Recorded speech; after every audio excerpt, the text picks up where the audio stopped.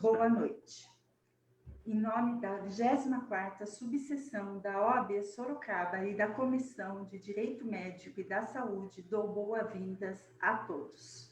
Agradeço a oportunidade e a confiança a mim depositadas pelo presidente da OAB, Dr. Márcio Leme, e pelo presidente desta comissão, Dr.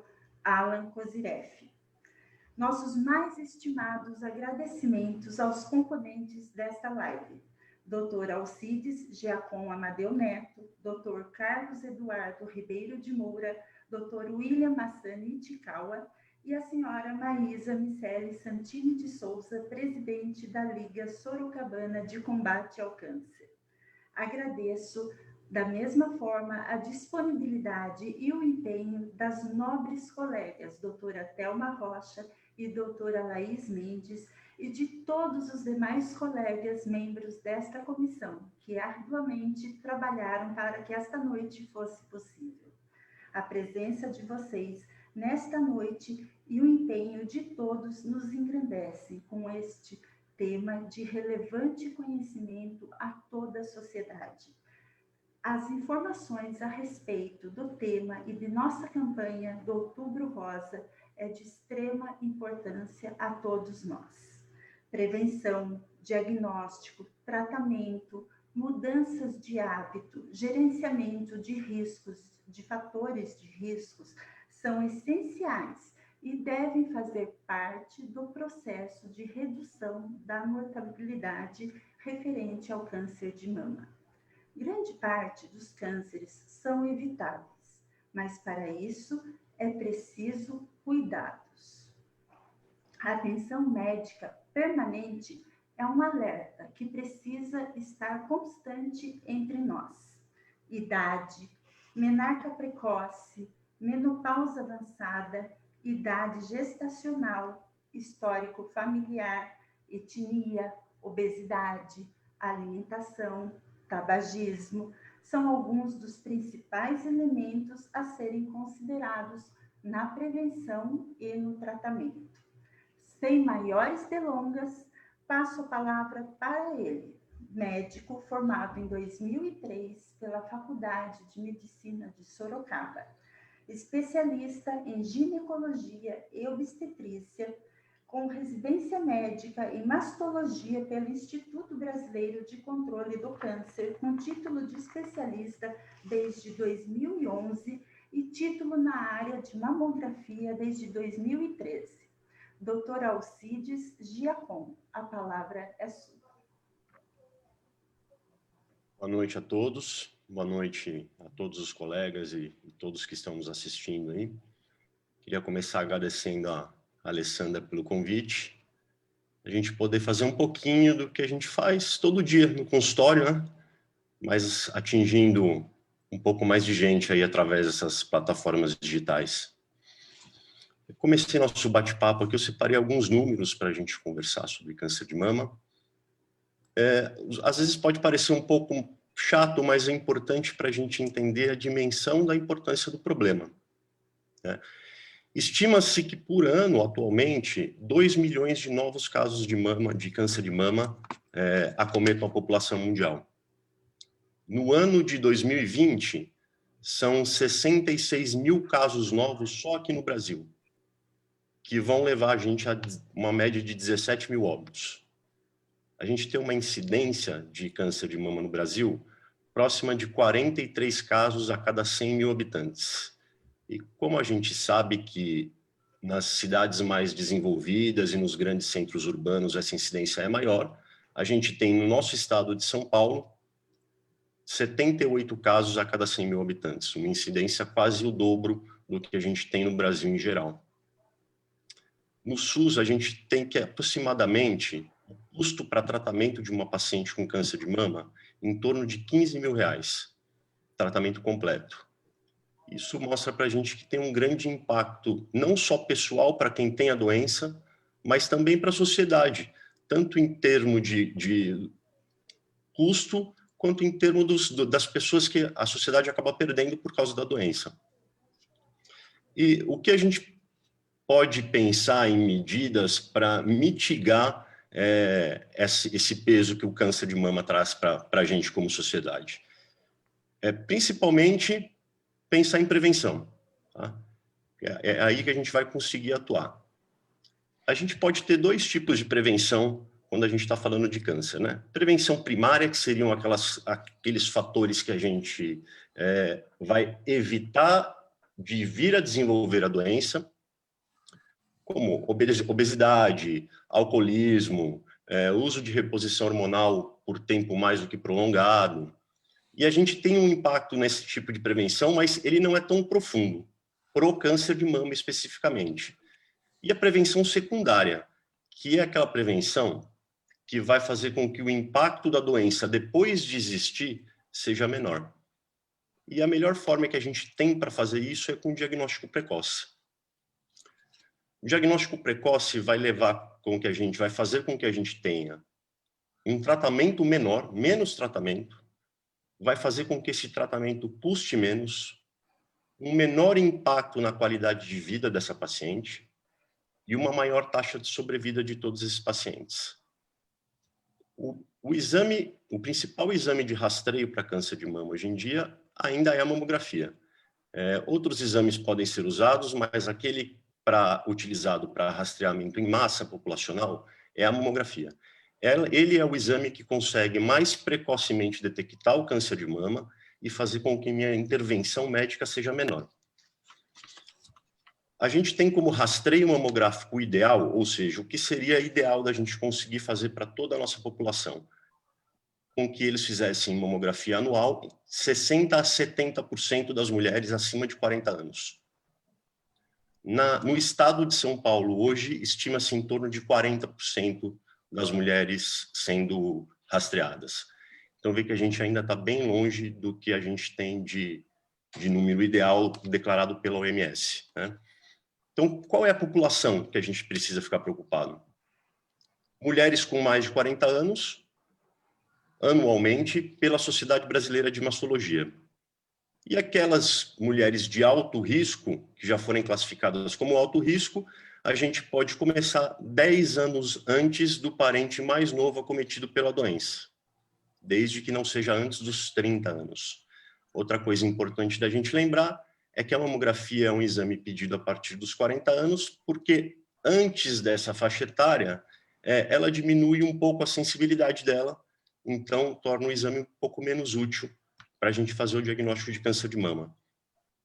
E lembrar sempre do papel do autoexame, que apesar de ultimamente ele já não ser considerado como algo preventivo, porque nós não queremos que vocês cheguem ao consultório dizendo assim, olha, como fiz o autoexame, eu não encontrei uma laranja, eu encontrei um limão. A gente quer que vocês venham antes. Tá? Então, como prevenção, ele não serve, mas ele serve sim para a mulher conhecer sua mama, para conhecer seu corpo, para entrar em contato com a sua anatomia e, se tiver frente a alguma alteração, procurar um mastologista para que isso seja resolvido. Eu acho que a minha introdução é essa, Alessandra.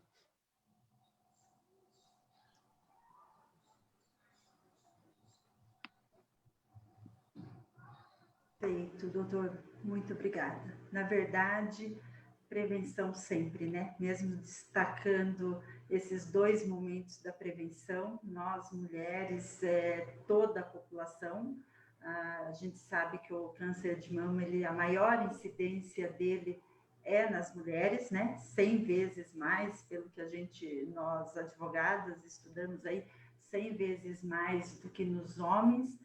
Mas a gente, quando fala, nós leigas falamos em câncer de mama, a gente só pensava em mulheres, né? Mas vamos alertar a todos, né? Prevenção sempre, homens e mulheres, nessa campanha aí, aproveitar esse momento para falar. A palavra-chave, a gente que atua no direito médico e da saúde, a gente fala aos nossos clientes, né? Direito preventivo, vamos trazer isso para essa campanha agora. Seja a prevenção primária, a prevenção secundária, esse é o momento da gente alertar toda a sociedade. Excelente, doutor, muito obrigada. Chamo a minha colega, doutora Laís, agora é com você.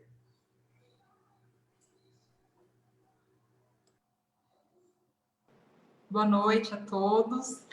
A gente hoje tem ilustres convidados aqui e eu gostaria de chamar o Dr. William para que ele se apresentasse e falasse um pouquinho sobre o currículo dele, sobre a rotina de trabalho dele, né? Ele é cirurgião plástico de Curitiba, no Paraná, e está aqui hoje nos engrandecendo aqui a nossa live com o conhecimento dele. Dr. William.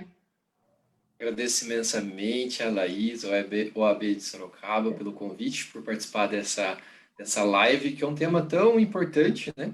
Principalmente no Outubro Rosa. Não à toa que estamos todos aqui reunidos para falar de um assunto tão importante, que é o câncer de mama. Eu sou cirurgião plástico, formado pela Universidade Federal do Paraná de Curitiba. Atuo no Hospital Oncológico Erasto Gertner, que hoje é o maior hospital oncológico, exclusivamente oncológico do Paraná. Estive na direção técnica do hospital por 2 anos, então conheço bem as dificuldades e os desafios de tratar um câncer no Sistema Único de Saúde. Contamos com a Rede Feminina de Combate ao Câncer, que é a Liga de Senhoras que acaba angariando muitos fundos para o hospital, e a gente vê na prática, né, a dificuldade que a gente tem do diagnóstico precoce, do tratamento efetivo, da reabilitação precoce dessa paciente, que muitas vezes, até ela voltar a se inserir no mercado de trabalho, até ela voltar a exercer o seu papel na vida pessoal e profissional, às vezes a gente acaba tendo um delay aí, né? Principalmente naquelas pacientes que acabam procurando o hospital como uma última fonte de saúde, e na verdade deveria ser bem o contrário. Os pacientes deveriam estar ali num diagnóstico precoce, onde as taxas de cura chegam a mais de 90%.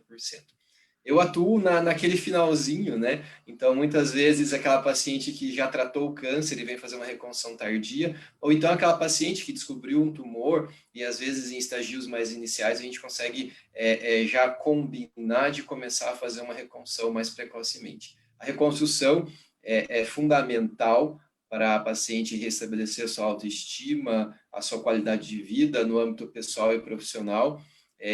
Não são sequelas físicas apenas, são sequelas psicológicas, né?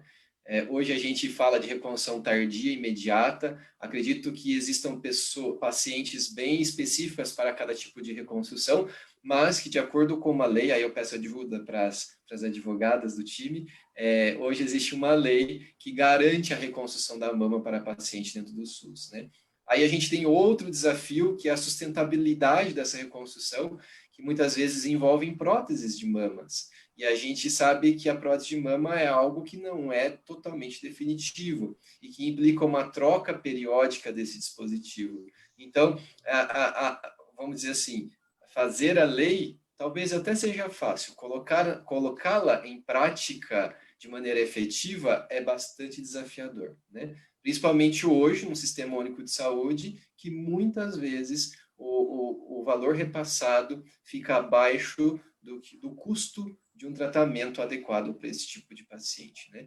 Então, enquanto eu estive na direção do Hospital Erasto Gertner, eu vivenciei isso bem de perto, em que a gente, às vezes, sabia que existiam outros medicamentos mais efetivos no tratamento de um câncer avançado de mama, mas, no entanto, o SUS não disponibilizava e ia para um processo de judicialização de medicação, que daí é outra história muito mais abrangente e difícil de tratar, né? Agradeço imensamente, acho que tem muito assunto para falar de reconstrução, mas também com relação à parte do diagnóstico, tratamento, mas eu acho que o recado é sempre esse no Outubro Rosa, é lembrar que a prevenção é o melhor tratamento. Não existe um tratamento melhor do que prevenir. Não existe a maior chance de cura que existe através do diagnóstico precoce, e o Outubro Rosa está aí para isso, para conscientizar todo mundo da importância da prevenção e do diagnóstico precoce do câncer de mama. Obrigado.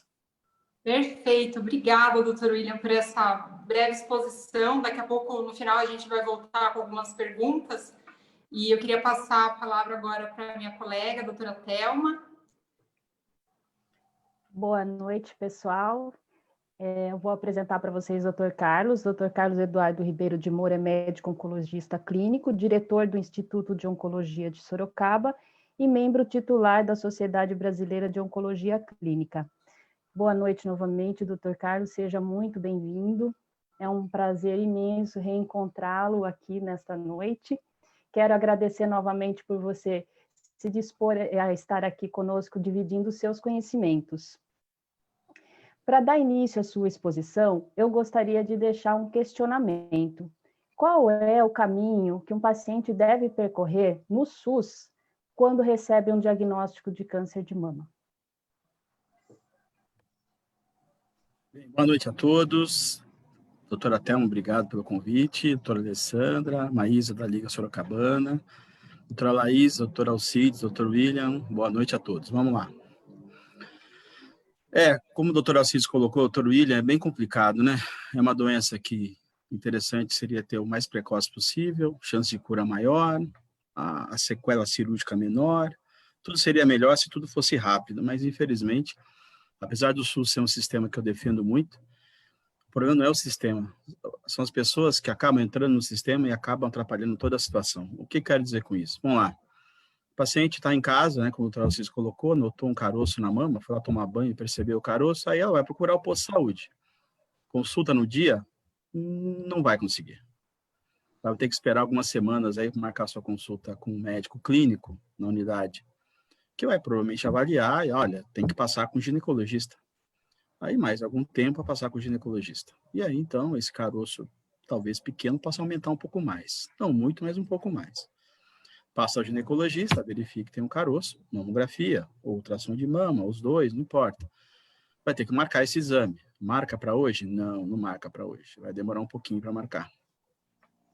Faz o exame, aí tem que levar para o médico de volta. Marca hoje? Não, não marca hoje. Tem que achar um horário para o médico poder ver o exame.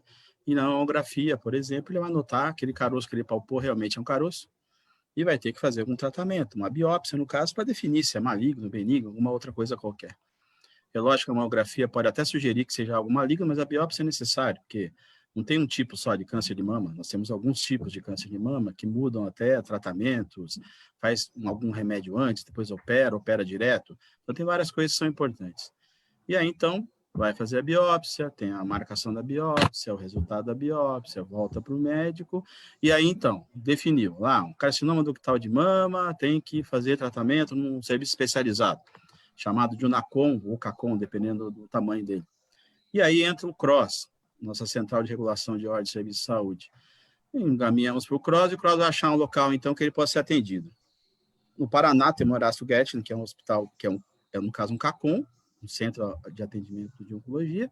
Em Sorocaba é o UNACOM, tem Santa Casa e tem Conjunto Hospitalar. Consegue no dia? Não, não consegue no dia. Vai ter que esperar uma vaga, etc. e tal. Aí marcou a vaga, chega no médico com o resultado da biópsia mostrando que é um carcinoma de mama. No caso, sendo mama, vai para o mastologista. O Dr. Alcides vai atender esse doente lá. Só que a mamografia não é tudo. Ele vai ter que pedir uma série de outros exames para poder programar essa cirurgia. E o tempo vai passando. Ele faz a cirurgia da paciente, consegue retirar a lesão, aí vai complementar ou com uma quimioterapia antes de operar, uma quimioterapia depois, radioterapia, hormônio, são formas de tratamento, ou seja, brincando nessa história, a gente já passou de quase um ano, infelizmente, desde aquela senhorinha Dona Maria no posto de saúde com o seu nódulo de mama, até ele conseguir fazer o tratamento e de repente terminar. Então aí que é o grande problema, né? E eu vou dizer uma coisa, infelizmente, hoje, vocês, OAB, conseguem muito mais rápido tratar o doente do que a gente médico, tá? A gente pode pedir um monte de coisa, a gente não consegue, mas entrou vocês na parada, a gente consegue rapidinho, porque entra papel aqui, obrigação por fazer ali, não sei o que acontece, as coisas evoluem rapidamente, o que eu acho que é um absurdo. Desculpa, é um absurdo. O atendimento é técnico, médico, não é técnico de advogados, de juízes, né? Mas, infelizmente, as coisas estão tão invertidas nesse país que acaba sendo dessa forma. Se a justiça não entrar no meio para oferecer justiça, a gente não consegue fazer as coisas direito. E não é traçar um futuro negro, não. Tá? Infelizmente, é o dia a dia. A Maísa, na Liga Sorocabana, deve escutar essas notícias todos os dias. Doutor Alcides, com certeza, o William, com certeza, dentro do Horácio Guedes. Então, o que a gente precisa fazer nesse outubro rosa, no novembro rosa, no dezembro rosa, no março rosa, o ano inteiro rosa? é começar a trabalhar a política de saúde. Não é só no papel, não é só no discurso. É fazer acontecer. É difícil? Lógico que é. Se fosse fácil, estava resolvido. Mas tem que começar a fazer a mudança desse paradigma. Vamos fazer rápido, mas não faz rápido. Tem profissional para atender todo mundo? Não tem. Tem local para atender todo mundo? Não tem. Então, vamos criar mais profissional. A Faculdade de Medicina está para isso. Vamos criar mais profissionais na área. Precisa de mais unidades especializadas? Vamos criar mais unidades especializadas. Precisa de mais radioterapia? Mais cirurgião, não importa. Nós temos que achar um caminho, e não é um caminho sentando apenas o médico. É o médico, a enfermeira, assistente social, a psicóloga, a nutricionista. Realmente a equipe multidisciplinar e multiprofissional que tem que tomar a frente desse processo e começar a resolver. E apoio de vocês, da sociedade, para que a gente possa resolver. Se não for assim, o caminho continuará sendo árduo dentro do SUS. E, infelizmente, o tratamento precoce colocado pelo Dr. Alcides, a reconstrução de mama de um tumor pequeno, como o Dr. William colocou, vai estar longe da realidade. Nós vamos continuar pegando os pacientes com tumores grandes, cirurgias cada vez mais mutiladoras, reconstruções extremamente difíceis e tardias. E, lógico, uma doença que não cura, como é o câncer, inexoravelmente leva ao óbito. Câncer não tem conversa. Ou você cura, e se você não cura, infelizmente, você vai falecer do câncer. Porque é uma doença progressiva, ela só vai aumentando. Então, a chance de cura está no começo, na doença pequena. Essa eu vou curar. As outras, eu vou tentar curar. Graças a Deus, somando todos os esforços de todo mundo, a gente tem aumentado cada vez mais a nossa cura. Mas, vamos facilitar isso, né? Não precisamos chegar no extremo de pegar tumores do tamanho de laranjas, como o Dr. Alcides colocou, que ainda, infelizmente, povoam o nosso dia a dia. Não queria ser tão negro assim, mas, infelizmente, é como é colocada a figura hoje, né? E quem provocou foi a doutora Thelma, tá? Eu estava quietinho. Eu vou ter que defender os advogados, eles só fazem justiça, viu, doutor Carlos? Brincadeiras à parte, né? Nós sabemos que a saúde é um direito constitucional e é baseado nisso que muitas vezes existe a intervenção do profissional da advocacia, mas nós entendemos, eu particularmente estive com você, inclusive, trabalhando 12 anos no hospital público, eu sei quais são os percalços que são enfrentados diariamente dentro de um serviço público, especialmente nos serviços que tratam o câncer. Infelizmente, é uma realidade que precisa ser pensada e modificada, eu concordo com você. Muito obrigada, doutor Carlos. Eu vou passar a palavra para a Alessandra. Eu acho que nós teremos algumas perguntas aí para passar para os nossos expositores. Obrigada, doutor Carlos. Obrigada, doutora Thelma. Bem, o fogo foi colocado no parquinho e eu, né, mulher advogada, não posso deixar passar essa. Doutor Carlos, concordo plenamente com o doutor. Os bons pagam pelos maus e o tumor laranja chega no SUS porque, infelizmente, nós vivemos num país onde o SUS é atingido por pessoas onde falta ética. E o compliance no direito médico, no SUS, as máfias que existem entre médicos, hoje nós falamos no SUS, né? Mas vamos falar até em operadoras, já que a gente está falando, né, do câncer de mama, de tratamento, prevenção, infelizmente atrasa toda a demanda de cuidado, tratamento, diagnóstico, cirurgias que poderiam acontecer antes e levam meses, anos e mais anos e o evitável torna-se inevitável, concordo plenamente.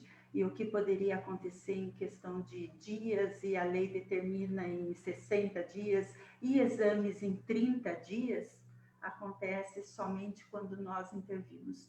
Infelizmente, não precisaria mexer em bolso, em multas, né, em ordens coercitivas, teria que seguir a ordem natural do que é saúde. É para isso que vocês atuam, é para isso que todo o SUS deveria estar ali, num sistema universal, realmente. E a gente luta diariamente por esse compliance, né? E até a pandemia está aí, as coisas, infelizmente, só tendem a piorar, porque estão e vão se aproveitar dessa situação. Como será o SUS em 2021, em 2022, depois do 2020, não é mesmo? Então, concordo plenamente. Nós estamos aqui como uma rede de apoio. Nós não deveríamos ser a regra, seja para cirurgia, seja para tratamento, seja para medicamento de alto custo. Nós deveríamos ser o apoio, somente o apoio, a exceção na falta, e não a regra. E a judicialização da saúde realmente é onerosa para toda a sociedade em si. Obrigada, doutor Carlos. Obrigada a todos, e nós vamos voltar com perguntas. É um compromisso nosso tempo é escasso, nós vamos tentar responder todas as perguntas, as que derem ao vivo, as que não forem possíveis, nós vamos responder um por um, junto com os doutores, depois de modo privado. Bem, o conhecimento para essas ações, sejam de prevenção, tratamento, diagnóstico, tem que ser levado a toda a sociedade, de maneira natural, como deve ser, ou a gente aqui, ó, por trás, dando todo o apoio, né, coercitivamente do modo jurídico, resguardando os direitos da sociedade, de todo paciente de câncer de mama ou outros. Nós estamos no Outubro Rosa, que eu digo que tem que ser de janeiro a janeiro rosa, o mês que vem nós estamos com uma campanha azul e vamos resguardar todos esses direitos. E durante todo esse processo, resguardando esses direitos e lutando pela saúde, nós também podemos falar de coisas boas, de qualidade de vida, não é? Dessas pessoas. E para resguardar esses direitos, dar qualidade de vida, a nossa cidade conta com uma entidade sem fins lucrativos, que busca com muito empenho, com muita dedicação e amor de voluntários, trazer apoio, trazer esperança e conhecimento a todos que passam por esse momento delicado, com a missão de desenvolver cultura de prevenção ao câncer, atender necessidades de informação e tratamento desses doentes, visando saúde e qualidade de vida. A Liga Sorocabana de Combate ao Câncer desenvolve este trabalho de apoio às mulheres. Convido a presidente da Liga, a senhora Maísa Micel Santini de Souza, a nos contar sobre essa linda atuação e a importância da Liga na vida dessas mulheres assistidas. Como eu digo a Maísa, na vida dessas lindas meninas. Boa noite, Maísa, seja bem-vinda. Boa noite a todos, doutoras, doutores e a todos que estão assistindo. Muito obrigada pelo convite e pela oportunidade de falar da Liga. A Liga, como a doutora Alessandra já falou, é uma entidade sem fins lucrativos que atende há 45 anos mulheres com diagnóstico de câncer de mama e ginecológico. Nós não temos médicos na Liga, nós temos voluntários que acolhem mulheres com muito carinho, com muito amor, com muito respeito, num momento tão difícil para tratar da parte emocional. Eu acho que quando a gente recebe um diagnóstico desse, deve ser terrível e você fica meio sem saber para onde ir, como fazer, a cabeça fica, a ansiedade, você não saber o que vai ser dali para frente. E acho que a Liga vem nesse momento com os nossos profissionais para ajudar esse equilíbrio, para ajudar essa mulher a entender que o diagnóstico de câncer de mama, ele não precisa ser uma vírgula, um ponto final, ele pode ser uma vírgula e um recomeço.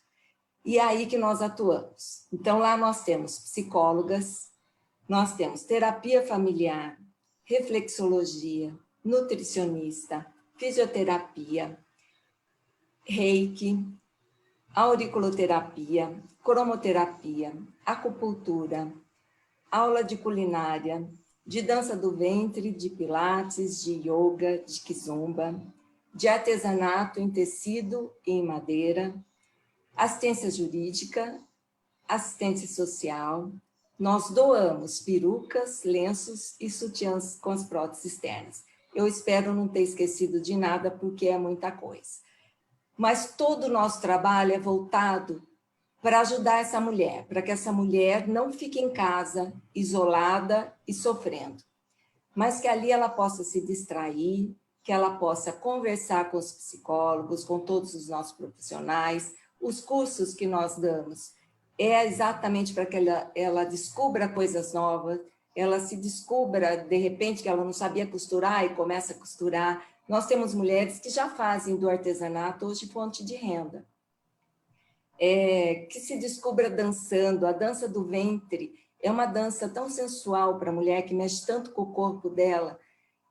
E a mulher que tem, na maioria, mais de 50 anos, às vezes que já retirou a mama, trabalhar esse corpo, fazer a dança tão sensual, e ela se descobre ali, isso é uma coisa maravilhosa. O ano passado, a Escola de Dança da Regina Fonseca, que é a voluntária lá na Liga, ela fez na apresentação que ela faz todo ano com a escola de dança, no Teatro Municipal, ela fez coreografias para as nossas assistidas.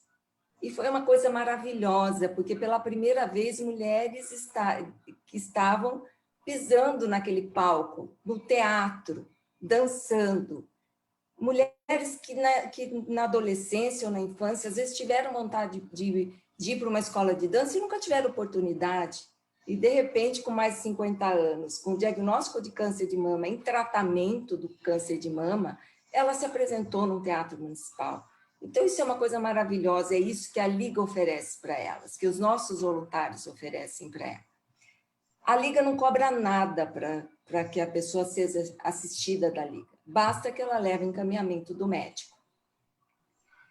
Eu acho que tudo isso é muito importante, é fundamental, porque a gente sabe que quando a pessoa está com o equilíbrio emocional, com a sua ansiedade controlada, eu acho que até para o tratamento, os doutores podem falar isso melhor, tem um resultado diferente. Eu acho que a pessoa que ela não fica martirizando a doença em casa, não fica sofrendo, e ela enfrenta, tenho que enfrentar, é difícil, eu sei que é difícil, eu sei que não é fácil, mas com o apoio da Liga, dos nossos psicólogos, ela consegue, de uma maneira melhor, passar por esse momento. Mas tudo que o Dr. Carlos falou, vem muito, Dr. Carlos, também do que a Liga faz com a corrida Pink do Bem. Há 3 anos, a corrida, o dinheiro da corrida que nós arrecadamos, ele é destinado para pagar exames para as mulheres que estão na fila do SUS. Nós já pagamos quase 2.000 exames. E nós enfrentamos uma dificuldade muito grande com a prefeitura, que nos fornece essa lista. Por quê? Nós pagamos uma clínica particular, que é na Profem. A prefeitura manda essa lista.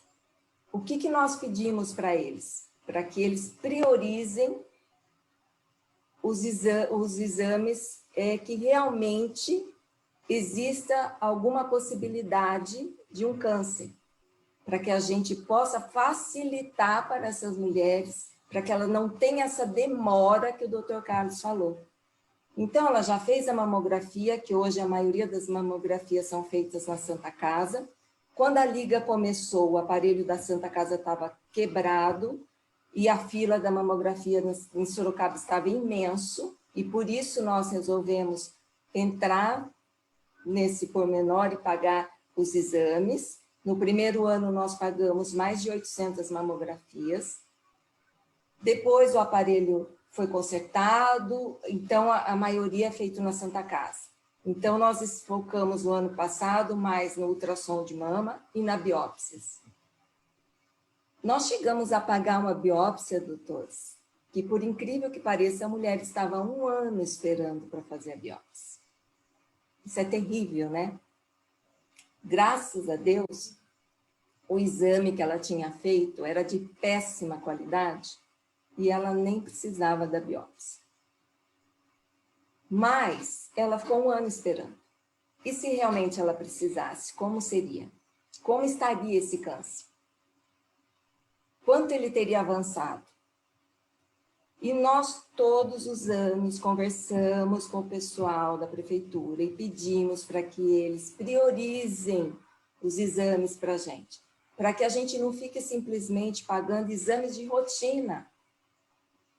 Porque a mulher, a partir dos 40 anos, vai fazer o exame todo ano.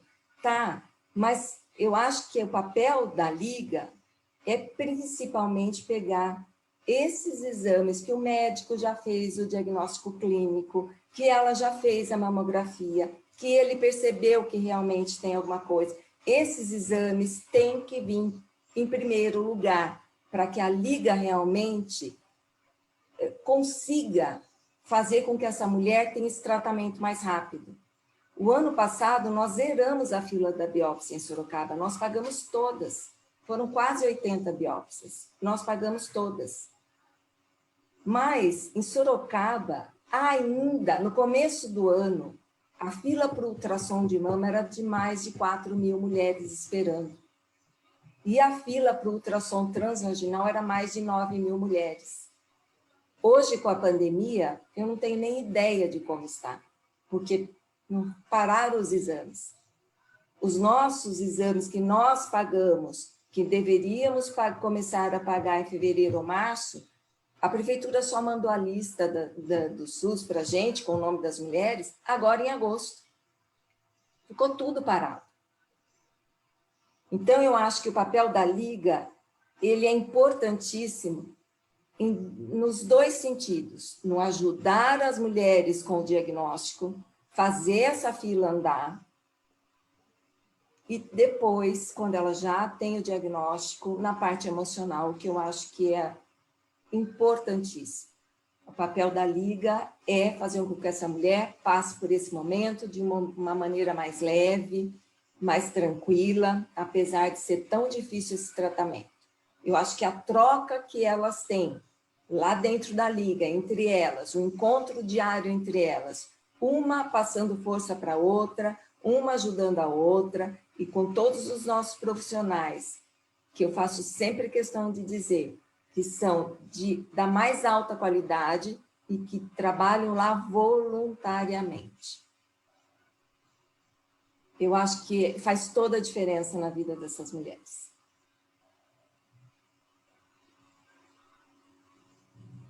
É isso, Alessandra. É emocionante, Maísa. É muito emocionante a gente conhecer, né? Porque a gente, quando vai ao site, a gente sabe da Liga é uma coisa, e ouvir de você todo esse empenho da Liga, não é? Os bons novamente fazendo o papel, né? A formiguinha que acaba fazendo o papel que outros deveriam fazer. Parabéns! Eu, Alessandra, agora falo também em nome da OAB, da comissão, mas eu, Alessandra, olha, te dou os parabéns e a cada uma dessas pessoas que atuam lá.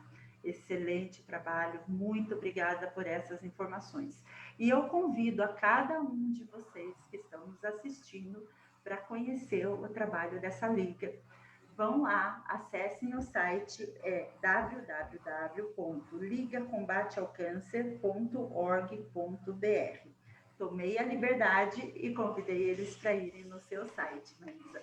Lá tem informações sobre o voluntariado, doações, tem uma loja virtual lá que nós mulheres adoramos e tem todas as informações sobre o trabalho delas.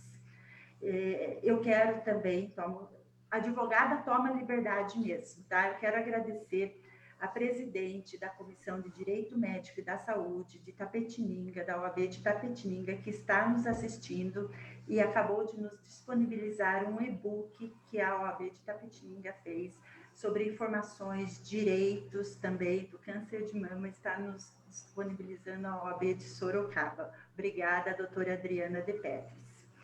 Agora, doutora Thelma, doutora Laís, nós vamos tentar responder um pouco das perguntas do nosso público, agradecendo a cada um que está nos acompanhando no Facebook, lembrando que essa live está gravada e depois nós vamos para as próximas perguntas também. Doutora Thelma? Olha, eu vi que tem uma pergunta aqui. O André Luiz está perguntando qual a diferença entre mamografia e ultrassonografia. Um dos doutores aí se habilita a nos responder, por gentileza? Acho que eu posso falar dessa aí. Então, André, é o seguinte, são exames diferentes até a característica física deles, tá? A mamografia é um exame que vai utilizar o raio-x para obter uma imagem da mama, enquanto o ultrassom é um outro tipo de aparelho que ele vai utilizar a onda sonora para também obter uma imagem da mama. Não necessariamente eles vão enxergar as mesmas coisas, né? Lá atrás eu falei para vocês que a mamografia é o principal exame de rastreio e não entrei muito em detalhes, mas assim, a mamografia consegue principalmente enxergar uma alteraçãozinha na imagem que a gente chama de microcalcificação. Esse é o tumor inicial. Esse é o tumor que o Dr. Carlos falou que a gente quer pegar, porque esse paciente a gente vai com a nossa chance de cura lá para cima, né? O ultrassom serve para outros casos específicos em que a gente pode complementar, mas lembrar, o exame de rastreio básico é a mamografia. Espero que deu para entender mais ou menos a diferença. Doutor, me permita mais uma pergunta. Existe um exame que seja ainda mais eficiente que a mamografia para identificar um câncer? Existem algumas complementações, alguns tipos de imagem que outros exames vão poder ajudar, mas para rastreamento de câncer de mama, a mamografia é o exame mais eficaz até hoje. Mesmo os outros, como ressonância, sempre você vai encontrar algum tipo de problema que ele não se adequa tão bem para o rastreamento populacional quanto a mamografia. Então, a gente precisa enfatizar bastante isso, que outros exames podem vir para complementar, mas é fundamental que a mamografia seja feita na periodicidade certa. Entendi. Olha, uma das pessoas que está assistindo a nossa live, a Marli Bueno, ela escreveu assim: meu diagnóstico só para ver com um ultrassom. Existe uma explicação para isso? Existe sim. Então, como eu estava explicando, os exames eles são complementares, não necessariamente eles vão ver a mesma coisa, né? Quando eu digo que a mamografia é fundamental a gente focar nela, é porque com ela eu vou fazer mais diagnóstico. Mas podem existir tumores que são vistos só no ultrassom ou só na ressonância? Sim, isso pode acontecer, mas isso não torna estes outros dois exames de rastreio populacional, né, que a gente tem que fazer todo ano. Entendi. Aqui só. Alguém mais? Alessandra, Laís? Pergunta para o Dr. William, que eu recebi lá no Instagram, quando abri a caixinha de perguntas, se existe alguma alternativa na reconstrução da mama que não envolva o uso de prótese de silicone. Existe sim. Na verdade, a reconstrução com prótese ela é amplamente utilizada por ser algo muitas vezes mais imediato e mais rápido de ser feito. Mas hoje existem maneiras de reconstruir a mama com retalhos autólogos, que a gente chama, que a gente utiliza uma própria parte do corpo da mulher para poder reconstruir a mama.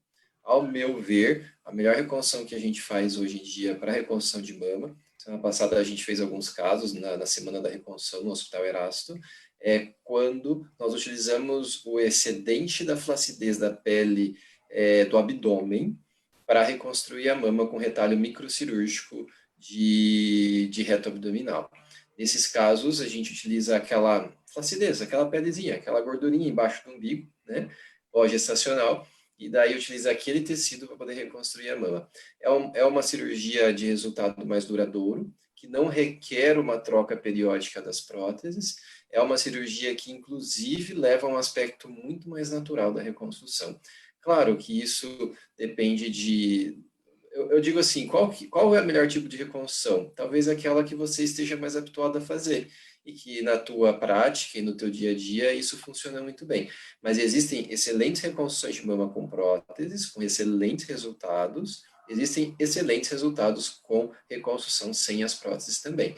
Existe também a lipoenxertia, quando a gente utiliza a gordura da própria paciente para reconstruir a mama. Mas isso é de cada caso a caso, né? Mas existem alternativas que dispensam o uso das próteses.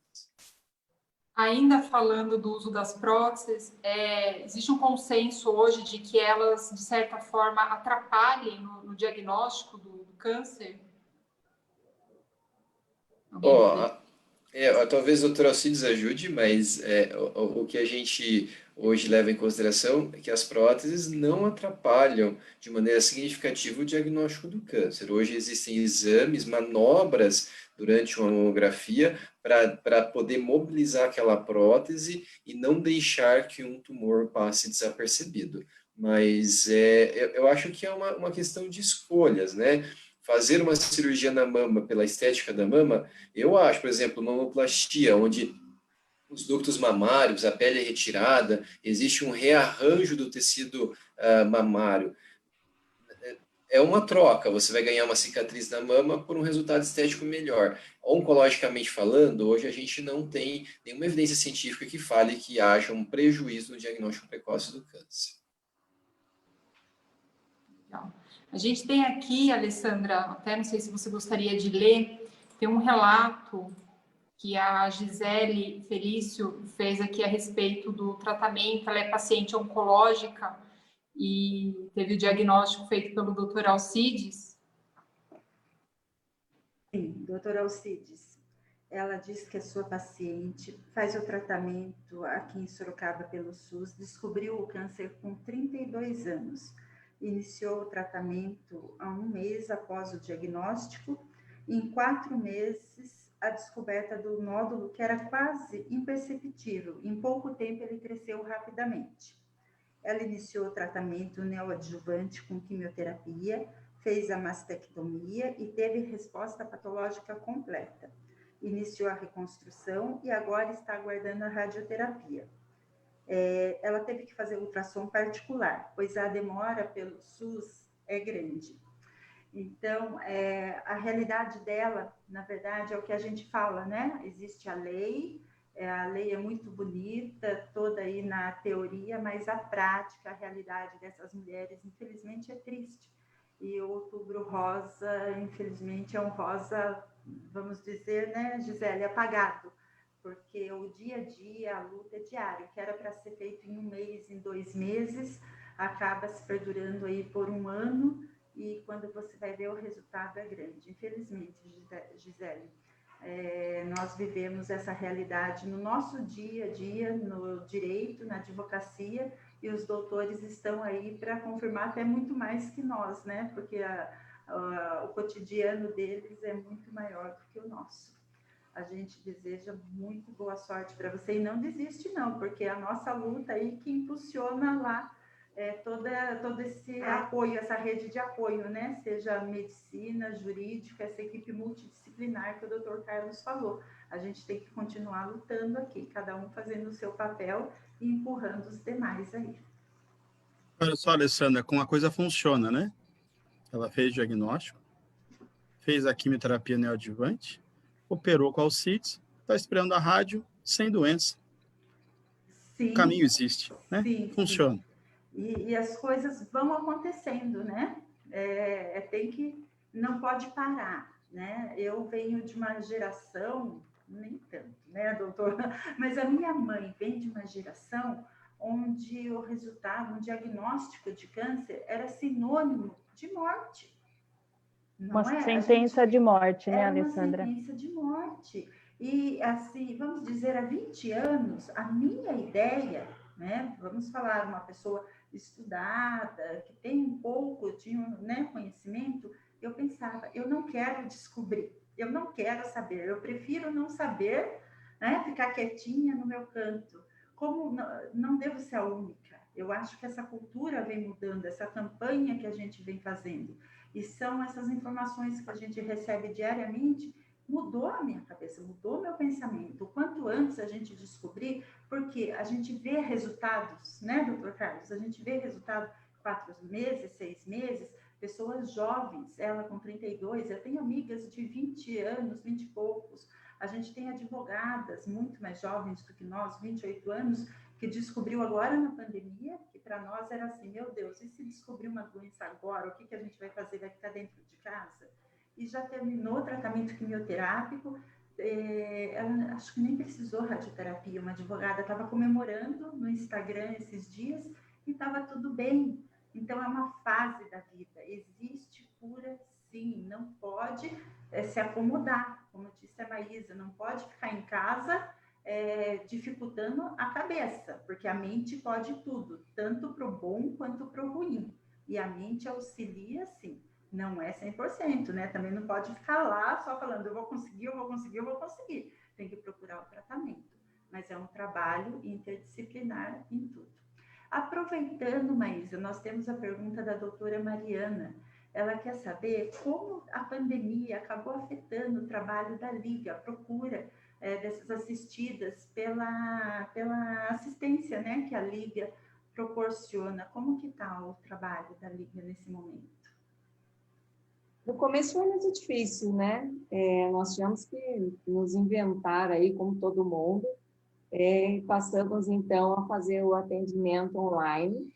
As nossas psicólogas atendiam por vídeo as nossas assistidas, porque realmente houve uma ansiedade muito grande da parte delas.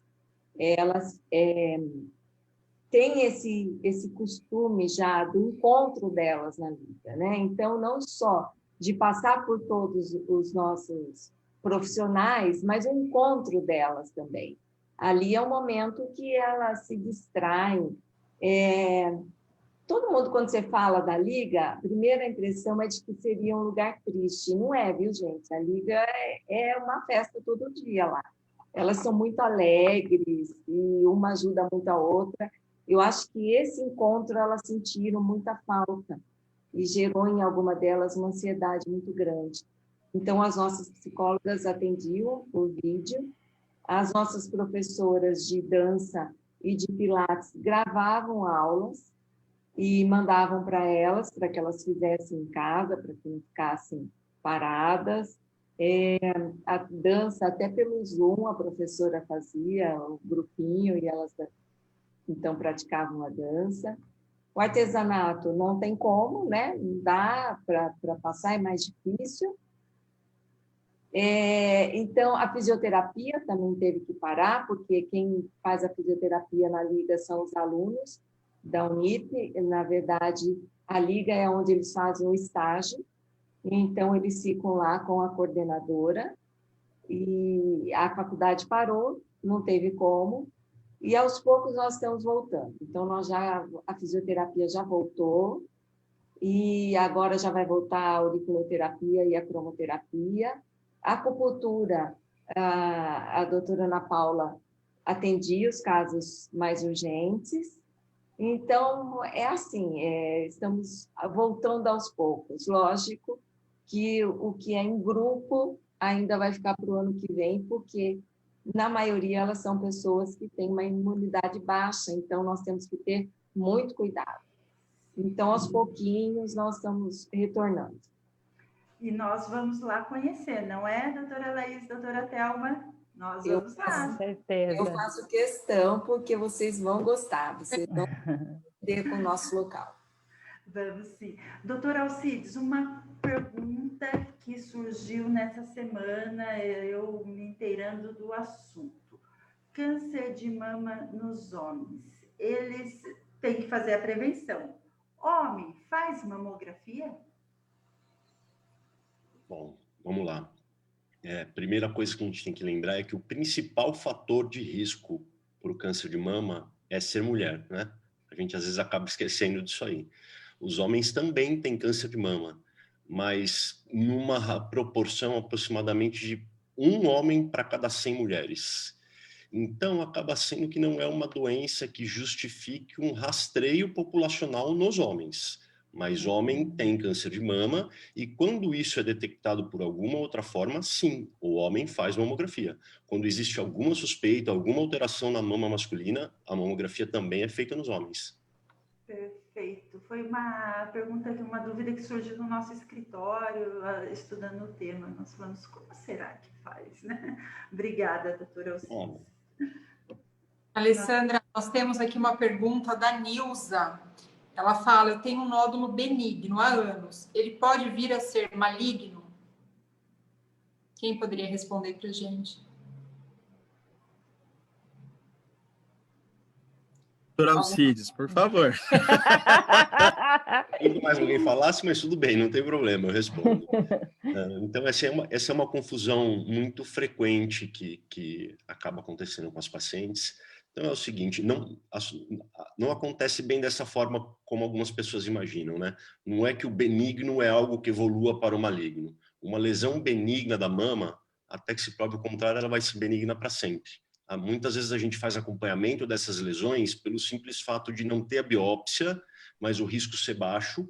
Então, eu acompanho para garantir que aquilo é benigno. Mas uma vez documentado que a lesão da mama dela é benigna, risco de câncer nessa lesão, ela não precisa estar se preocupando com isso, não.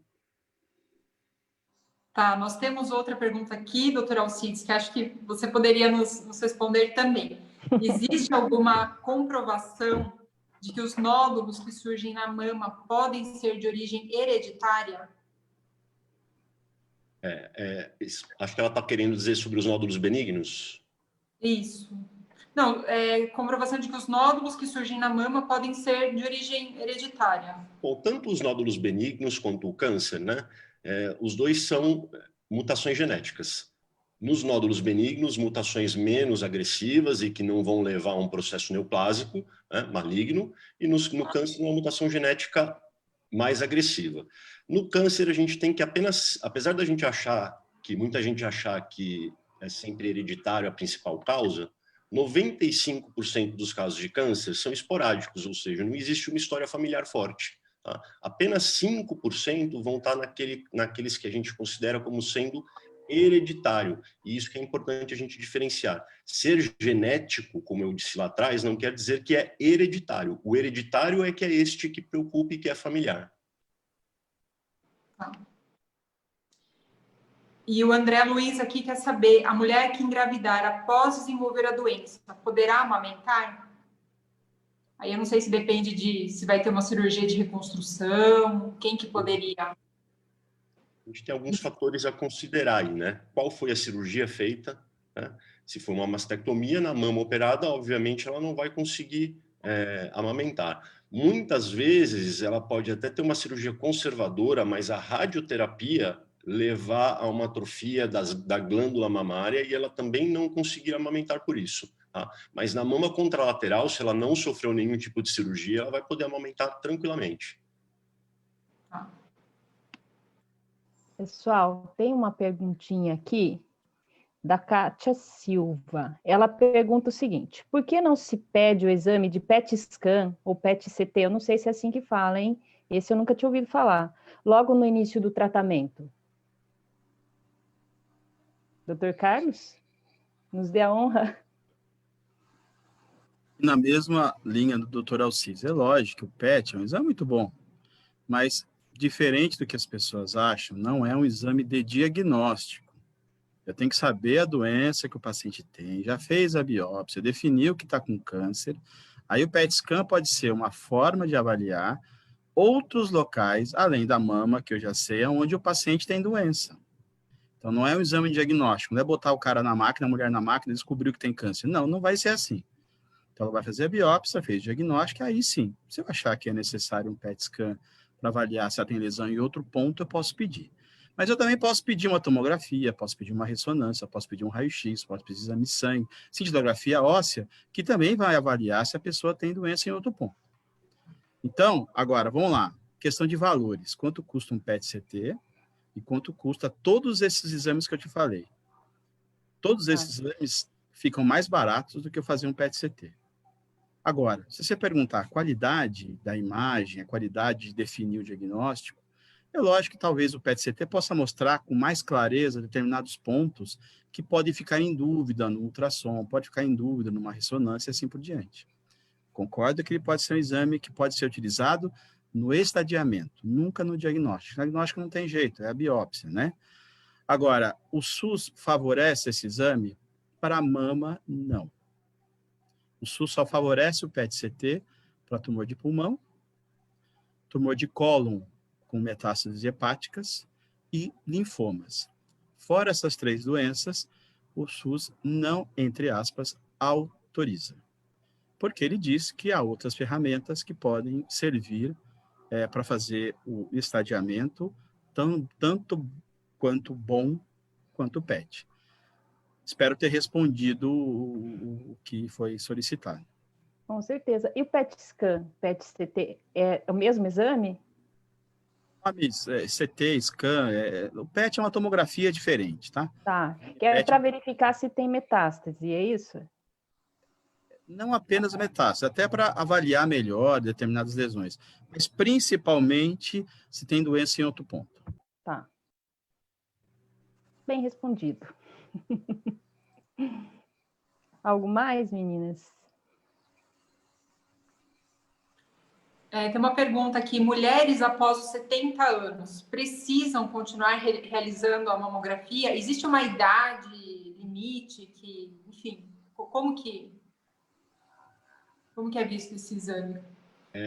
A gente tem alguns protocolos diferentes que definem de forma diferente isso aí, né? Então, pelo INCA, que é o que o SUS segue teoricamente, você depois dos 70 anos não solicitaria mais. Mas pela Sociedade Brasileira de Mastologia, que é o que a maioria dos mastologistas seguem, tá?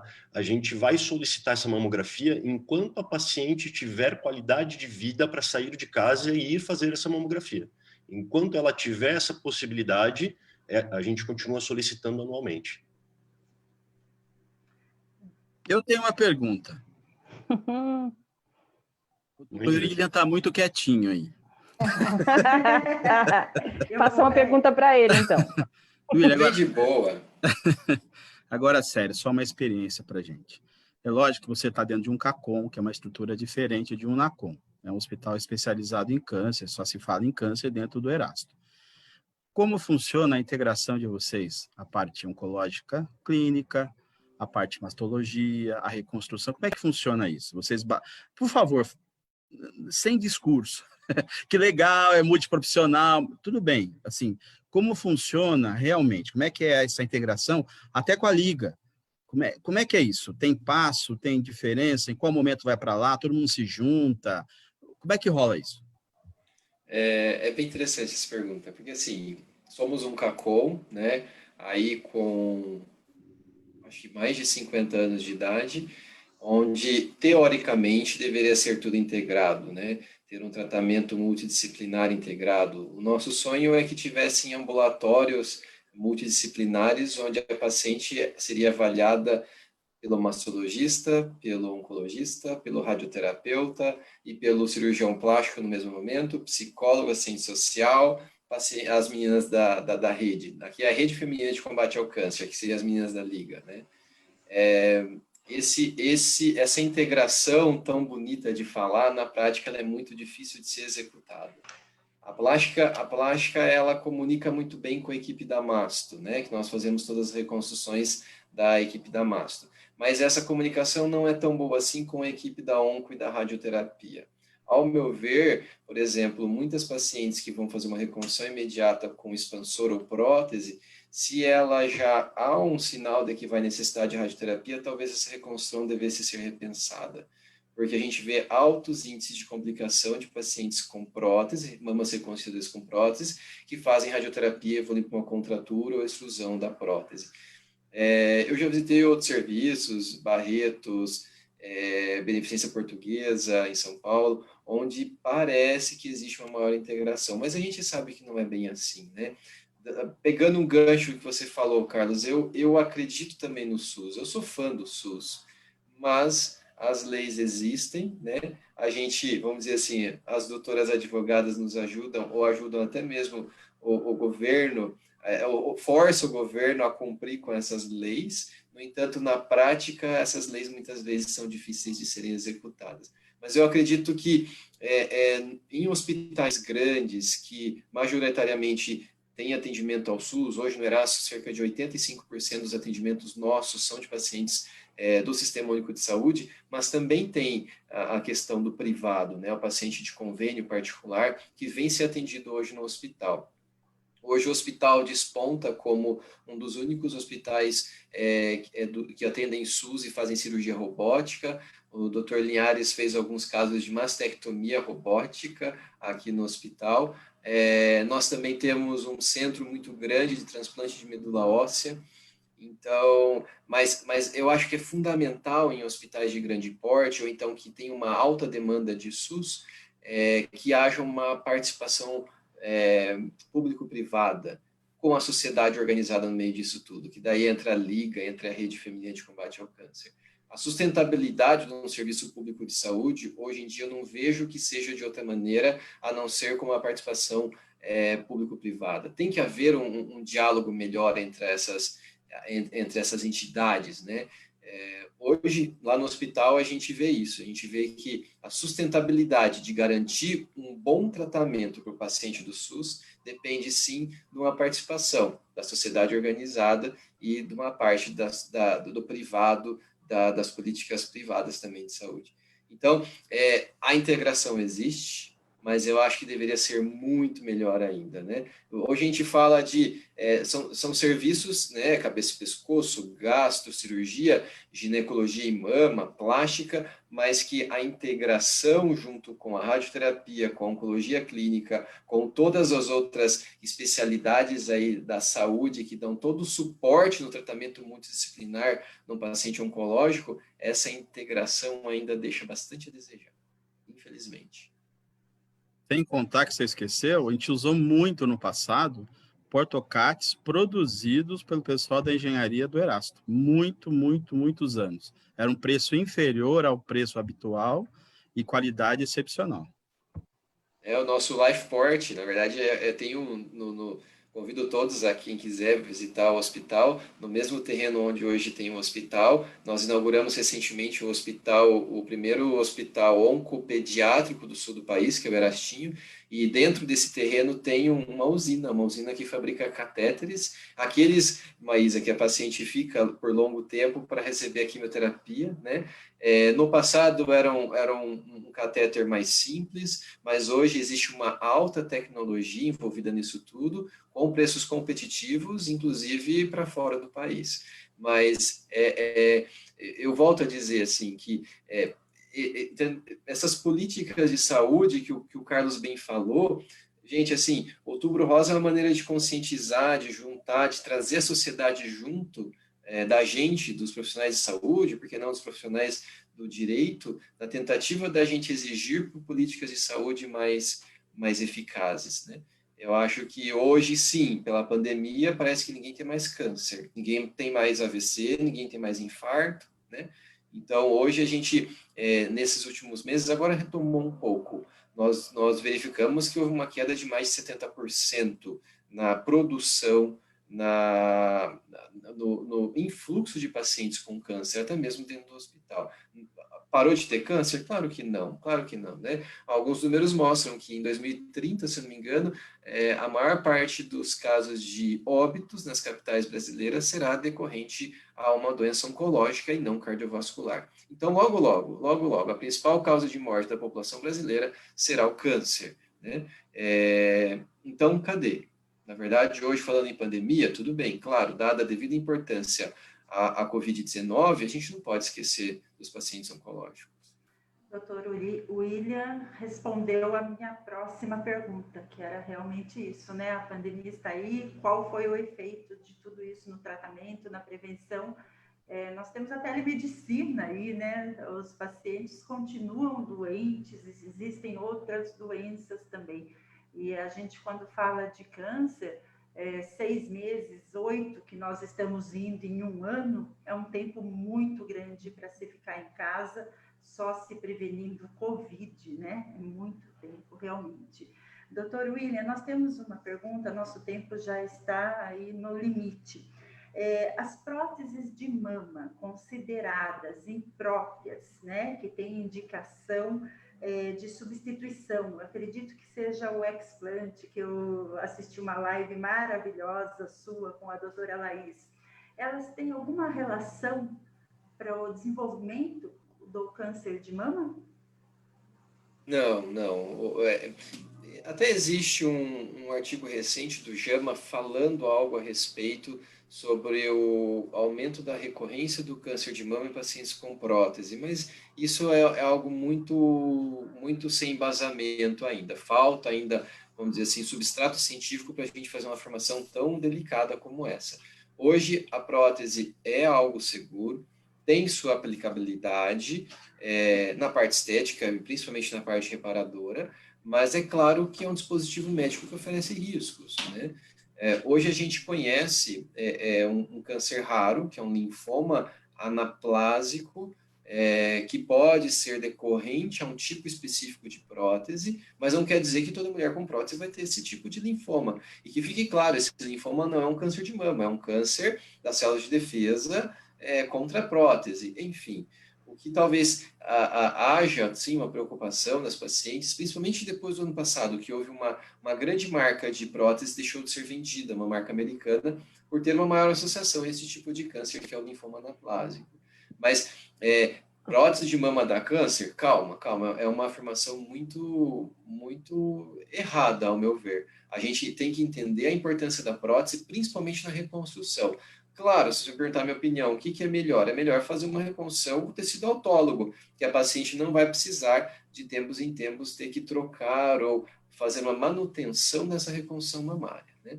Existem próteses vitalícias permanentes que não precisam trocar?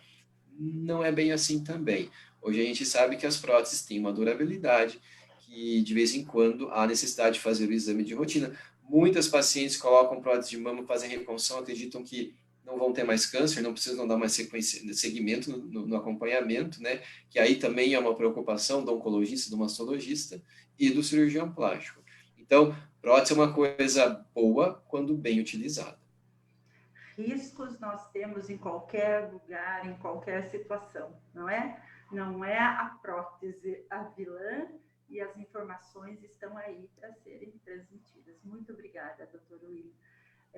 Maísa, Pati Silva, a Liga é tudo isso e muito mais, e você é uma bênção na vida dela. Doutoras, nosso tempo, nós temos aí mais 2, 3 minutos, temos mais algumas perguntas? Conseguimos, nós vamos ter que responder, nós temos muitas perguntas, a gente vai ter que entrar em contato depois, de modo privado. Acho que é isso. Acho que é isso, Alessandra. Doutor Alcides, doutor William, doutor Carlos, Maísa, olha, eu não tenho, está indescritível a nossa noite, foi muito mais do que eu esperava. Doutora Laís, doutora Thelma, agradeço demais, agradeço a cada um de vocês, ao público que está nos assistindo. Eu agradeço imensamente em nome da OAB, da Comissão Direito Médico e da Saúde, aos participantes. Nós temos uma turma sensacional, desculpe a informalidade, mas nossos colegas da comissão, não somos só nós três, não.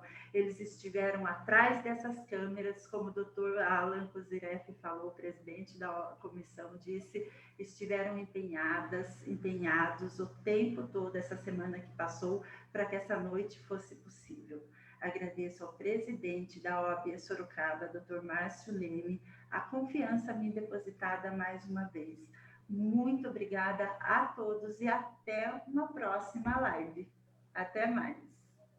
Até. Tchau. Boa noite. Tchau, Boa tchau. noite. Boa noite.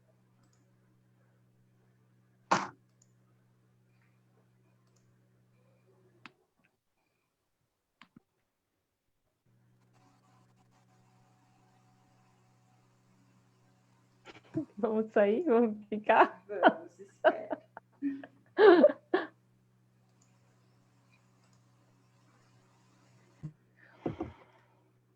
Vamos fechar os microfones, só para eu ver se a saída fez.